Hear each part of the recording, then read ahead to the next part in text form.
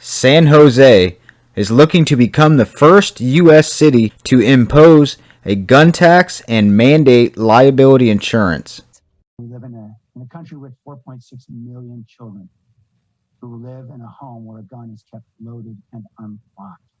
So there's much we can do to make ourselves safer. Violators could have their guns taken away. The police chief says enforcement would be limited. The California city wants legal gun owners to pay for gun crime.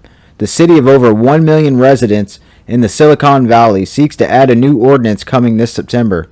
Mayor Sam Liccardo stated at a city council meeting that while the Second Amendment certainly protects the right to own a gun, it does not mandate that taxpayers subsidize the possession of those guns.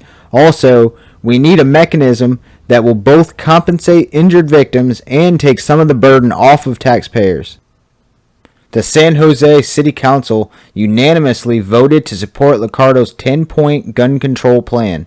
Part of the vote, the council directed the city attorney to draft an ordinance that would require San Jose gun owners to obtain liability insurance and to pay an annual fee to the city to subsidize expenses related to shootings, such as police and ambulance response, medical care, and other municipal services. So first of all, who are these shooters and who are the injured victims? Are they your average Joe working at a construction site, or maybe your local Uber driver? I mean, sure, if they were targeted for a robbery, or maybe they were hit in crossfire, or maybe these are mostly victims of gang or drug violence with more than likely illegal guns being used to commit the crimes in the first place. San Jose seems to be no stranger to gang violence.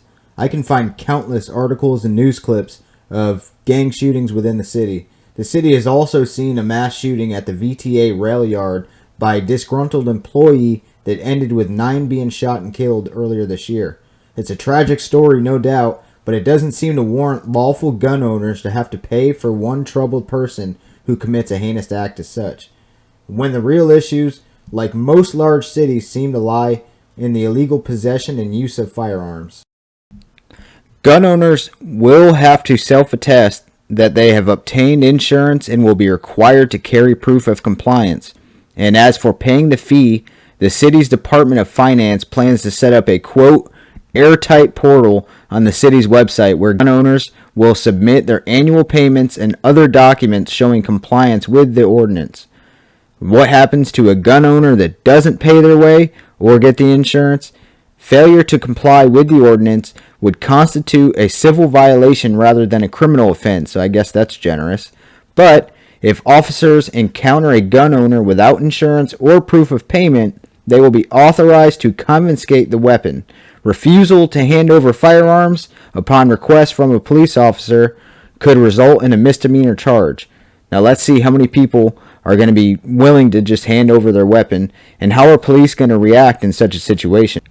The amount that each gun owner will be subjected to pay per gun per year has yet to be determined. Liccardo said it will most likely be a couple $dozen and promised to try making it affordable for low-income residents.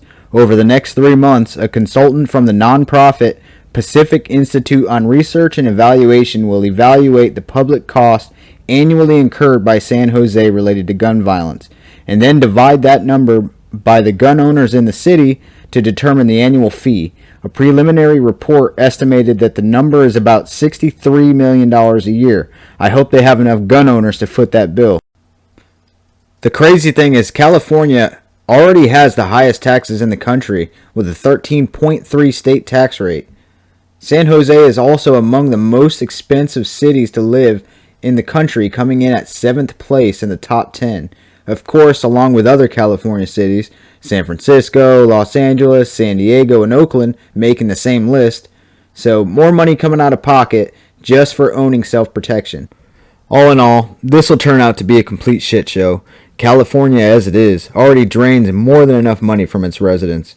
I personally, and I'm sure many others, are going to see this as a direct attack on the Second Amendment. This gun tax and paying for liability insurance only affects the legal gun owners, and is most likely going to deter the low-income individuals in the area from being able to buy or even own a firearm. With the city setting up a website for the gun owners to pay their fees on, is there going to be some sort of list? of the gun owners in the city and who's going to have access to this list.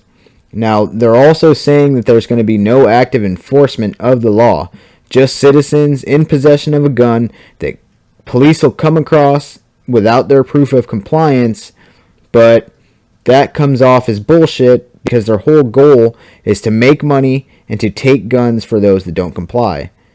Now, it's unclear from the articles that I've read if this is going to be every gun in the home, if there's multiple, or just a flat fee. From Liccardo's statements, this is aimed directly at mass shootings.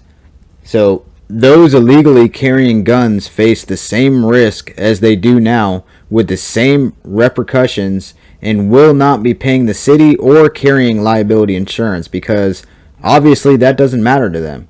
The ordinance will not affect current gun crime activity in the streets of San Jose, or should have little effect on someone that may commit a mass shooting, considering the state of mind that one has to be in to commit such an act.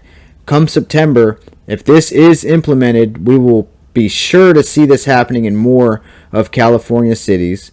And with California being the liberal state role model of the country, I'm sure like-minded mayors and even governors will be pushing similar laws. Maybe they'll even make back the revenue that was lost during all these forced lockdowns in these blue states. But that's all I have for today. Do you agree or disagree with me? Leave your thoughts below. See you on the next story.